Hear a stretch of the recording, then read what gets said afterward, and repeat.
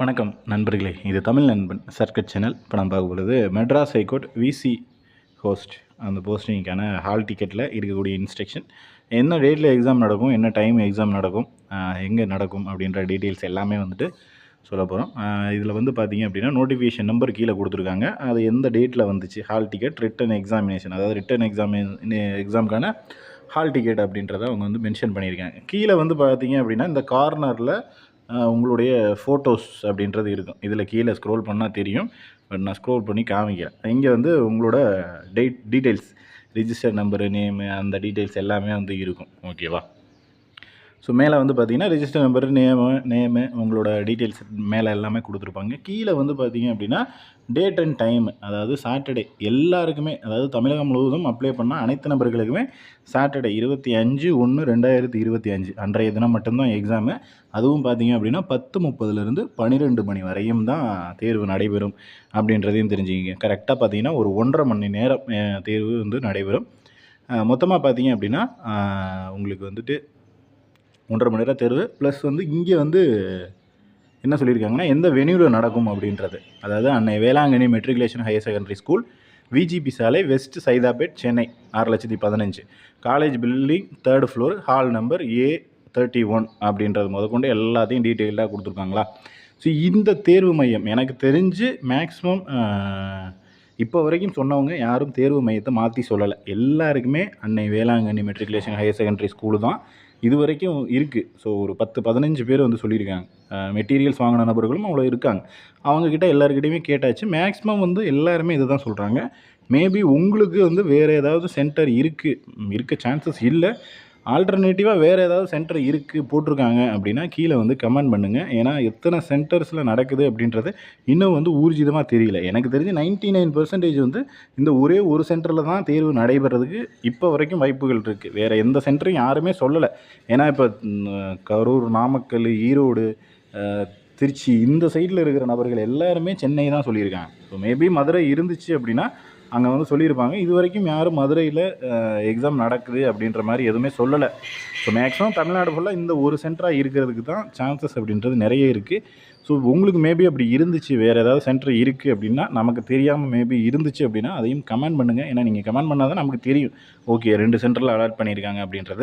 இந்த ஒரு சென்டரில் மட்டும் இருந்துச்சு அப்படின்னா ஓகே, ஒன்றும் ப்ராப்ளம் இல்லை. உங்களுக்கு வந்து காம்படிஷன் அப்படின்றது பிலோ ரொம்ப ரொம்ப ரொம்ப குறைவான எண்ணிக்கையில் இருக்கும். அதையும் தெரிஞ்சுக்கங்க. ஏன்னா ஒரே ஒரு சென்டரில் நடக்குது, ஆயிரக்கணக்கான நபர்கள் வருவாங்க, அதுவும் கம்மி தான். ஏன்னா இப்போ லட்சக்கணக்கான நபர்கள் ஒரு போட்டித் தேர்வில் எழுதும்போது 1000 நபர்கள் வந்து எழுதுறதுங்கிறது வந்து ரொம்ப ரொம்ப குறைவு தான். அதனால் மேக்ஸிமம் இந்த டைமு டேட்டையும் பார்த்துக்குங்க. ஏன்னா டேட்டு ஒரு பாதி பேருக்கு சாட்டர்டே, பாதி பேருக்கு சண்டே, அந்த மாதிரி எதுவும் கொடுக்குறாங்களா இல்லையா அப்படிங்கிறதையும் செக் பண்ணிக்கிங்க. அதையும் பார்த்துட்டு சொல்லுங்கள். ஏன்னா நம்ம ஒரு 10 பேரை செக் பண்ணோம், 10 பேருமே சேம் இதே டேட்டு இதே வென்யூ இது தான் கொடுத்துருக்காங்க. வேறு எதுவும் ஆல்டர்னேட்டிவாக வரலை.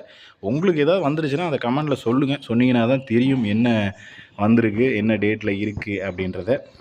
இன்ஸ்ட்ரக்ஷன் அப்படின்னு சொல்லிட்டு ஒரு சில விஷயங்கள் கொடுத்துருக்காங்க. அது ஓரலாக வந்து பார்த்துருவோம் என்ன சொல்லியிருக்காங்க அப்படின்றது. ஏன்னா டீப்பாக இன்டெப்த்தாக போய் அது என்ன ஏதுன்னு அப்படி அந்தளவுக்கு ஒன்றும் பெருசாக அதில் விஷயம் இல்லை. அதாவது கேண்டிடேட் ஷுட் பி ட்ரெஸ்டு, அதாவது டீசெண்டாக ட்ரெஸ் போட்டுட்டு வரணும் அப்படின்ட்டுருக்காங்க. டிஷர்ட்டு, ஜீன்ஸ் பேண்ட் கூட ஓகே, டிஷர்ட் இல்லாமல் ஒரு ஷர்ட் போட்டுட்டு போங்க. அதுதான் வந்து கொஞ்சம் நாகரிகமாக இருக்கும், கொஞ்சம் டீசெண்டாக இருக்கும். ஓகேவா? அது அப்புறம் வந்து எக்ஸாமினேஷன் சென்டருக்கு வரும்போது உங்களுடைய ஹால் டிக்கெட், மெயினான ஒரு விஷயம் என்னென்னா ஹால் டிக்கெட் அப்படின்றது வந்து இருக்கணும். ஹால் டிக்கெட்டு ப்ளஸ் வந்து ஐடி ப்ரூஃபு இது எல்லாத்தையும் கம்பல்சரி எடுத்துகிட்டு வாங்க. ஐடி ப்ரூஃப்ன்றது சாஃப்ட் காப்பியாக நீங்கள் ஃபோனில் இந்த பாருங்கள் இருக்குது அப்படின்ற மாதிரி காமிக்கக்கூடாது. அதையும் இதில் இன்ஸ்ட்ரக்ஷன்லாம் அவங்க தெளிவாக போட்டிருக்காங்க. ஸோ அதனால் கம்பல்சரி நீங்கள் வந்து உங்களுடைய ஃபோட்டோ இருக்கிற ஐடி ப்ரூஃப் அப்படின்றத எடுத்துகிட்டு போகணும்.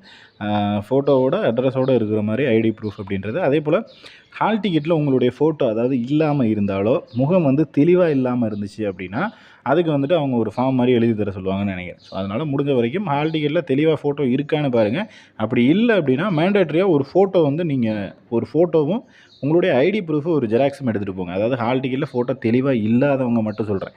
ஃபோட்டோவே இல்லைனாலும் ஐடி ப்ரூஃபு ஒரு ஃபோட்டோவும் நார்மலாக ஒரு பாஸ்போர்ட் சைஸ் ஃபோட்டோவும் கையில் எடுத்துகிட்டு போங்க. தெளிவாக இல்லை அப்படின்னாலும் இதையே பண்ணுங்கள். பட் நல்லா தெளிவாக இருக்கிறவங்க இதெல்லாம் எதுவும் தேவையில்லை.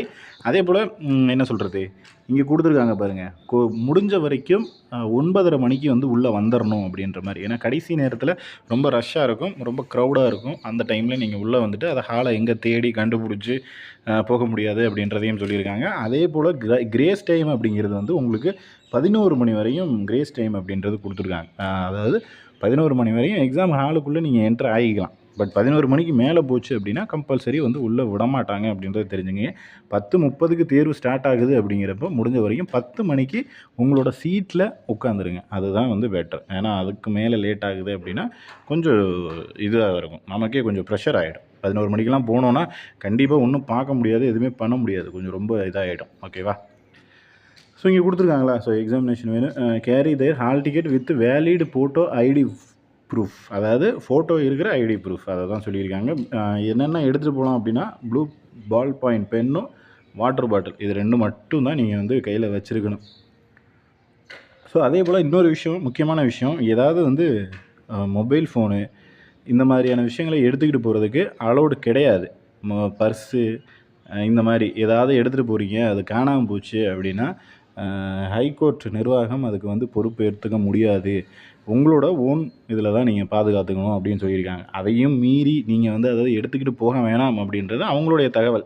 நீங்கள் அப்படி எடுத்துகிட்டு போய் தான் ஆகணும், எடுத்துக்கிட்டு போகிற கண்டிஷனில் தான் இருக்கீங்க அப்படின்னா அதை வந்து நீங்கள் தான் உங்களுடைய பொருளை பாதுகாப்பாக வச்சுக்கணும் அப்படின்ற தகவலையும் அவங்க மென்ஷன் பண்ணியிருக்காங்க. அதே போல் கேண்டிடேட்ஸ் மட்டும்தான் உள்ளே வர முடியும். கேண்டிடேட்ஸ் கூட வந்த எந்த நபர்களும் அந்த எக்ஸாமினேஷன் வென்யூவில் அலோவ் பண்ண மாட்டோம் அப்படின்றதையும் வந்து மென்ஷன் பண்ணியிருக்காங்க. இந்த 10வது பாயிண்ட் பார்த்தீங்கன்னா தெரியும், அதுதான் வந்து அவங்க மென்ஷன் பண்ணியிருக்காங்க.